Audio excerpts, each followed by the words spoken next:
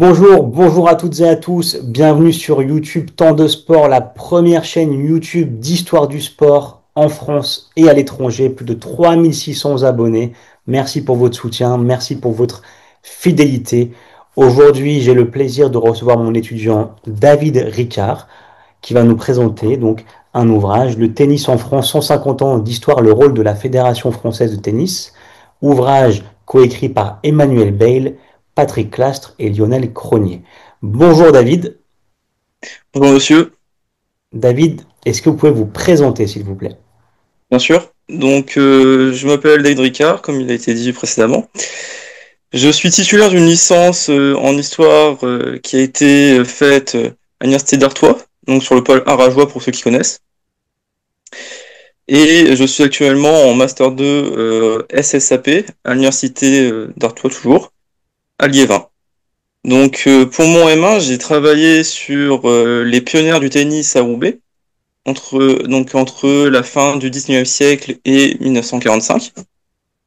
Et à travers cette étude, je me suis principalement intéressé au regard médiatique sur les joueuses, mais aussi à leurs profils sociaux, notamment, notamment pour celles dans la première partie du XXe siècle. Et au cours de mes recherches, j'ai pu remarquer que notamment parmi ces premières joueuses, c'était principalement les grandes familles de Roubaix qui étaient présentes dans les médias, mais aussi sur les cours. Merci David. Je précise que ce travail qui va durer donc en gros 2 ans, là vous venez de soutenir votre Master 1, vous rentrez en Master 2, a été soutenu par la ville de Roubaix, via la direction des sports. Donc un grand merci à eux pour leur soutien et pour ce partenariat qui, je l'espère, va durer dans le temps. Alors David, s'il vous plaît, alors, les points forts, présentez-nous les auteurs peut-être et les ouvrages et l'ouvrage, pardon. L'ouvrage a été publié cette année en 2025, et comme vous l'aviez dit précédemment, il a été co-dirigé par Patrick Clastre, Lionel Cronier et Emmanuel Bayle. Alors, Patrick Clastre, pour ceux qui ne connaissent pas, c'est le spécialiste de l'olympisme. Emmanuel Bayle, lui, est quant à lui le spécialiste du management sportif. Et tous les deux sont membres de l'Université de Lausanne. Quant à Lionel Cronier, il a notamment travaillé sur les questions de timing dans le tennis. Emmanuel Bayle, lui, avait travaillé sur la gouvernance de la Fédération française de tennis entre 1970 et 2020. Ce sont des articles que vous pouvez retrouver sur Cairn assez facilement. Quant à Patrick Clastre, en 2009, il avait déjà écrit un ouvrage sur le tennis qui s'appelle Pommes et tennis en France, ou Pommes et tennis, 15e-20e siècle. Ce qu'il faut comprendre avec cet ouvrage, c'est qu'il est la synthèse la plus complète sur l'histoire du tennis, qui du coup se décompose l'ouvrage en 5 parties, qui suit une structure chronologique. Donc la première partie, c'est celle de 1875 à 1920. Donc dans cette partie est exposé le contexte de création du tennis. Donc c'est un sport qui vient d'Angleterre, qui est importé par les Anglais, euh, qui se rendent dans les lieux de villégiature en France, tout ce qui est station thermale, plage, etc. Ces Anglais ont permis le développement de cours de tennis et de clubs. Ensuite, la seconde partie du livre a pour période 1920-1953. Donc 1920, ça correspond à l'année de naissance de la Fédération française de tennis.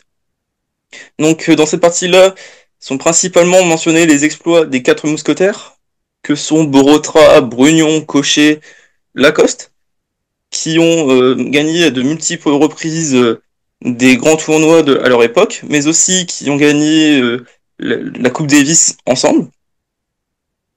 Et dans cette partie sont également mentionnés les exploits de Suzanne Lenglen, qui est peut-être la plus grande joueuse française de tous les temps.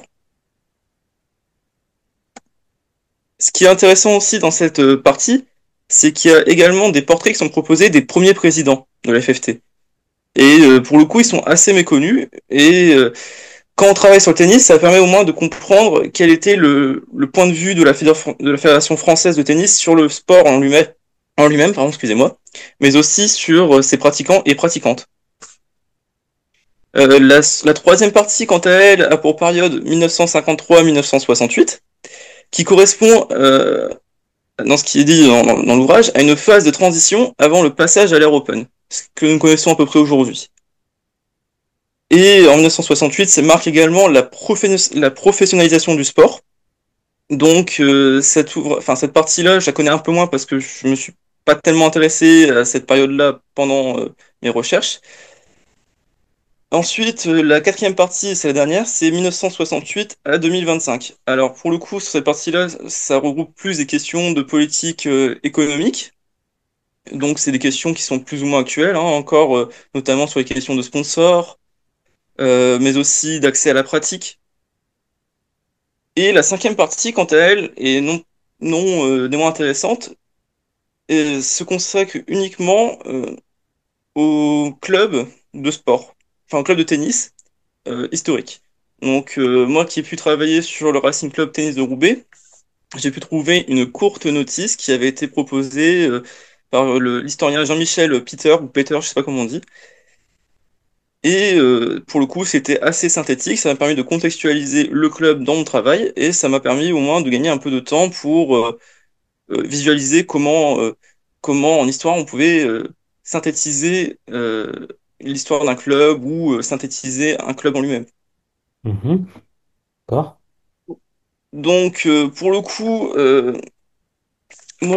pour le coup, j'ai principalement travaillé sur une périodisation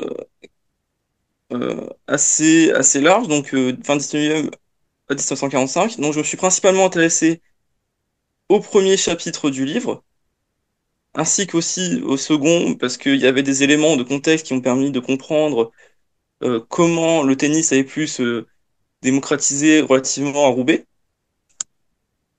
Et surtout, ce que j'ai trouvé intéressant dans cet ouvrage, c'est la partie justement sur les notices sur les clubs de tennis. En plus de ça, il est proposé une sorte de notice épistémologique sur pourquoi faire l'histoire d'un club et comment la faire.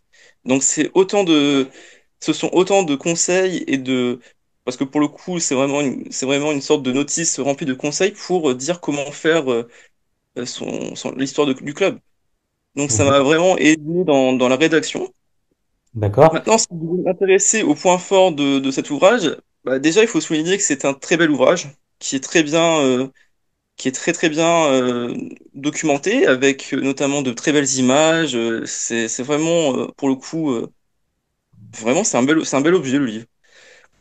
Ensuite, le livre est très très clair et très concis. C'est pour moi à la fois un ouvrage de vulgarisation, mais aussi un ouvrage scientifique, parce qu'en soi il permet à tout le monde de pouvoir être lu et compris.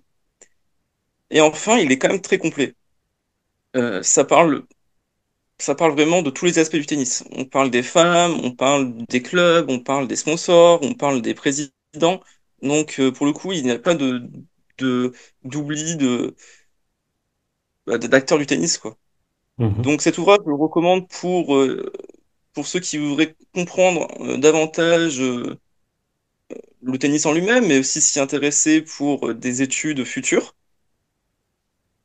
Et pour le coup, il se lit assez vite. Même si c'est un gros ouvrage, comme c'est des notices assez courtes pour chaque chapitre, ça se lit assez vite.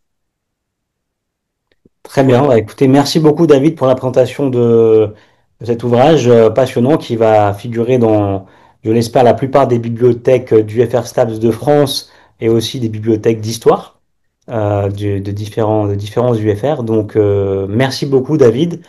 Et je voudrais aussi remercier toutes celles et ceux qui nous écoutent pour leur fidélité.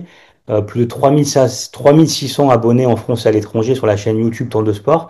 Ce sont pour moi des vidéos, enfin pour moi et pour vous, des vidéos gratuites mais de grande valeur. Vous l'avez vu à l'instant, vous le voyez ou vous l'écoutez quand vous voulez découvrir un ouvrage d'histoire du sport, des conseils méthodologiques pour réussir le CAPEPS, pour réussir ses oraux à Vichy, pour réussir sa première année de STAPS, les 5 erreurs à ne pas commettre pardon, en première année STAPS.